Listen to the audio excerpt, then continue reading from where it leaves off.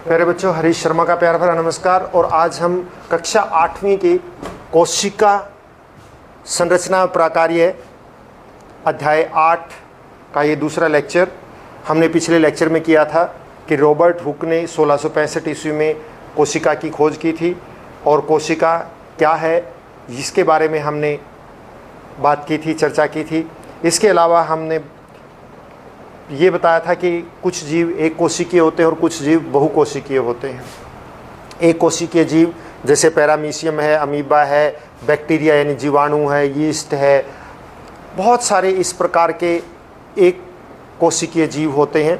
और इन एक कोशिकीय जीव यानी इनका शरीर एक ही कोशिका से बना होता है, इसलिए इनको हम एक कोशिक जीव या एक कोशिकीय जीव कहते हैं। आप देखिए, एक कोशिकीय जीवों की बारे में हम बात करते हैं। सबसे जो कॉमन आधार कोशिका एक कोशिकीय जीवों की बात करें तो अमीबा जो है, क्योंकि वो साफ जल में भी पाया जाता है तो हम अमीबा के बारे में बात करते हैं। अमीबा का शरीर जो है उसकी कोई विशेष संरचना नहीं होती, लेकिन एक कोशिका का बना होता है। उसमें केंद्रक भी होता है और बाकी सभी कोशिकांग जो कोशिका के अंदर होते हैं वो सभी इसके अंदर पाए जाते हैं।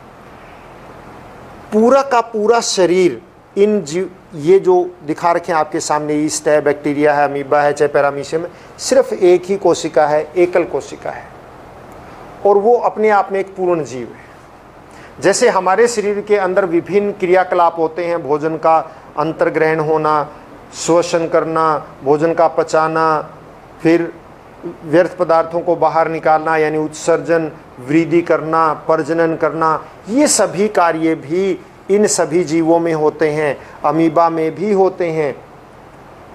हालांकि एक कोशिका का बना यानी कि एक ही कोशिका में भोजन का अंतर्ग्रहण भी होता है, भोजन का पाचन भी होता है, ये प्रजनन भी करता है, उत्सर्जन भी करता है, वृद्धि भी करता है, श्वसन भी करता है। ये सभी कार्य हमारे जैसे शरीर की बात करें तो अलग अलग भाग हैं, अलग अलग अंग हैं जो इन सभी कार्य, पाचन के लिए अलग है, उत्सर्जन के लिए अलग है और प्रजनन के लिए अलग है।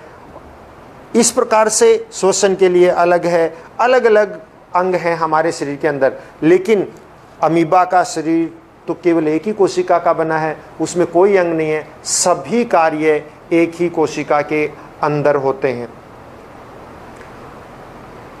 अब कोशिका की आकृति देखिए, कोशिका की विभिन्न आकृतियां होती हैं। कुछ कोशिकाएं जो है, मैं आपको दिखा रहा हूं, कोशिका की आकृति की बात करें, ये कोशिका की आकृति है।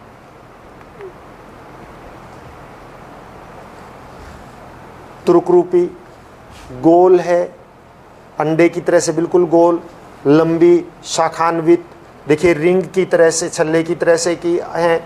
इसमें बहुत सारी देखिए आकृतियाँ, मतलब अनियमित रूप से आकृति हो सकती हैं, लंबी हो सकती हैं, पतली हो सकती हैं, शाखान्वित हो सकती हैं, गोल हो सकती हैं, चपटी हो सकती हैं, और मतलब विभिन्न प्रकार की आकृतियाँ हो सकती हैं कोशिकाओं की। अमीबा की हम बात करें तो अमीबा के अंदर, अमीबा भी एक कोशिका है, ये भी सभी कोशिकाएं। अमीबा का कोई निश्चित आकार नहीं होता है, इसका आकार बदलता रहता है।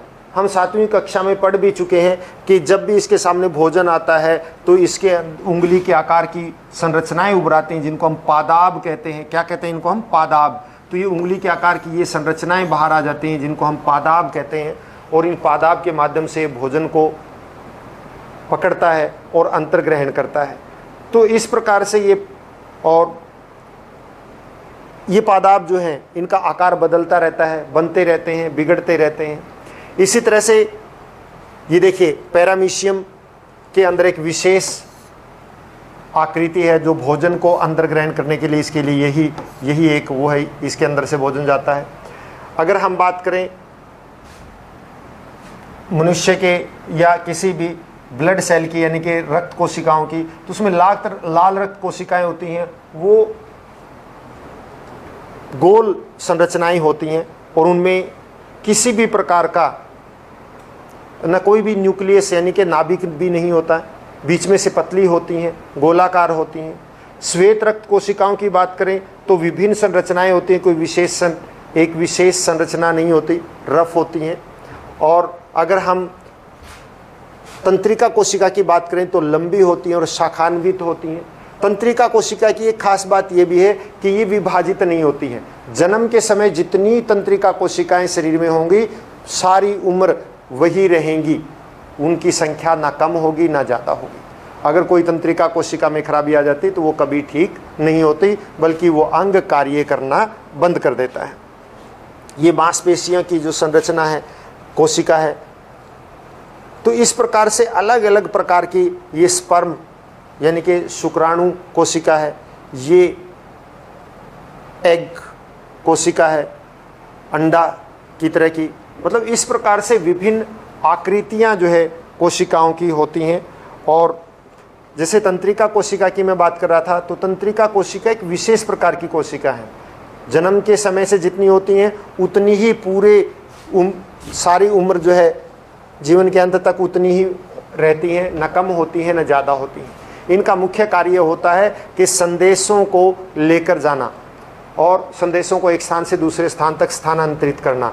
जैसे हम गर्म को छूते हैं, ठंडे को छूते हैं, हमें महसूस होता है, तो वो सभी है तापमान का, गर्मी का, ठंडे का, इस प्रकार से कोई चीज़ नुकीली है, ये चीज़, तो ये सभी अनुभव जो है ये सभी हमें कैसे पता लगते हैं? तंत्रिका कोशिका के माध्यम से ही ये सभी होते हैं, ये संदेश पहुंचाए जाते हैं। कोशिका विभिन्न आकार की होती हैं। आपके सामने देख रहे हैं ये सभी कोशिकाएं जो है अलग अलग आकार की हैं। ऐसी कौन सी चीज़ है जो उनको आकार प्रदान करती है? वास्तव में कोशिका के प्रत्येक कोशिका के चारों ओर जो है, वो चाहे पादप कोशिका हो, चाहे वो जंतु कोशिका हो, कोई भी कोशिका हो, कोशिका के चारों ओर बाहर से एक झिल्ली होती है और वही झिल्ली इसको दूसरी कोशिकाओं से, बाह्य वातावरण से बचाती भी है, आकार भी प्रदान करती है और इसको दूसरी कोशिकाओं से अलग भी करती है। लेकिन पादप कोशिकाओं में इस कोशिका के झिल्ली के बाहर से भी एक और मोटी संरचना होती है जिसको हम कोशिका भित्ति कहते हैं, और यानी कोशिका की दीवार केवल पादप कोशिकाओं में पाई जाती है। जंतु कोशिकाओं में पादप झिल्ली तो होती है और पादपों में, पादप कोशिका में भी, यानी पौधे हों चाहे जंतु हों, सभी कोशिकाओं में कोशिका झिल्ली तो पाई जाती है और वो ही इस कोशिका को आकार प्रदान करती है, वही इसका एक निश्चित वृद्धि करने में और निश्चित आकार प्रदान करने में सहायता करती है। लेकिन पादप कोशिकाओं में कोशिका झिल्ली के बाहर से एक और मोटी दीवार होती है, कठोर दीवार होती है, जिसको हम कोशिका भित्ति कहते हैं। जंतु कोशिकाओं में सामान्यतः कोशिका भित्ति नहीं पाई जाती, कुछ एक को छोड़कर। जैसे अंडा है, इसके बाहर से कठोर कवच होता है, ये भी एक प्रकार की कोशिका भित्ति और जंतु कोशिका है। तो इस प्रकार से कुछ जो है बैक्टीरिया भी ऐसे होते हैं जो कोशिका भित्ति बना लेते हैं। कई बार अमीबा भी अपने चारों ओर कोशिका भित्ति बना लेता है। ये एक विशेष प्रकार की सुगर की चिटिन, उस पदार्थ का नाम है, उसकी कोशिका झिल्ली, कोशिका भित्ति बनी होती है। तो ध्यान रखिएगा, विभिन्न आकार जो है कोशिकाओं को कोशिका झिल्ली प्रदान करती है।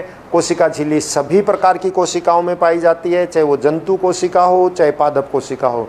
लेकिन पादप कोशिका में कोशिका झिल्ली के बाहर से एक और दीवार होती है जिसको हम कोशिका भित्ति कहते हैं, जो कठोर होती है। आज के लिए इतना ही काफ़ी। घर पर रहें, स्वस्थ रहें और अपना काम हर रोज करते रहें। धन्यवाद।